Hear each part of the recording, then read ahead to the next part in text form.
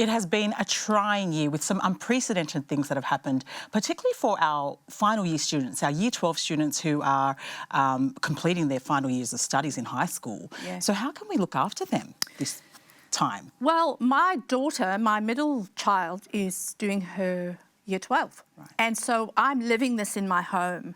It's been fascinating watching her and her peers in this cohort because the reaction's been quite mixed. Some of the students have really coped during the time they had to do some online learning. Some didn't enjoy that at all. But a big thing is that this year group seemed to have lost out on a lot of lasts. Right. So a lot of things that were rite of passage for them. So my daughter, for example, is a sports captain.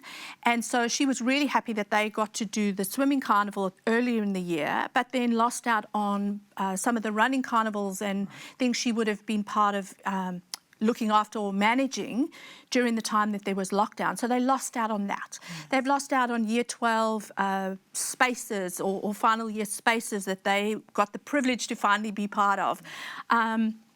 Final parties, there's so many kids turning 18, and I know for my daughter there was someone's big 18th and there was this big fluoro party going to happen. That never happened. Even driving. Yes. Taking your friends for a drive. Yeah, all those things are just, they're big things for Year 12. So in your final year, it's the year you kind of look ahead at, and so they did lose out on stuff. And then going back, some of them were really worried about the equity. They were saying, well, some people had online learning access. Our school didn't. We were out in the country, so we just had to deal with what we had, our textbooks. Some went back only 1 day a week. Some went back 5 days a week. So there's all those equity questions, even in the Year 12's minds. And so I think we need to find ways to help our Year 12 still remain positive, to look forward, look ahead. We know that Year 12 is going ahead. Exams are going ahead in most places. And so how can we support them? And so what we're trying to do in our home with my daughter is still help her dream. She is animal crazy, got a bunny to go help her get through Year 12. And so, she's great at looking after animals and she wants to do zoology. So we're dreaming of another trip to Africa. So keep looking forward. Yeah. Look ahead at things like if you are a student who wants to go to uni, just know that only a quarter of uni students ever get in on their ATAR in Australia.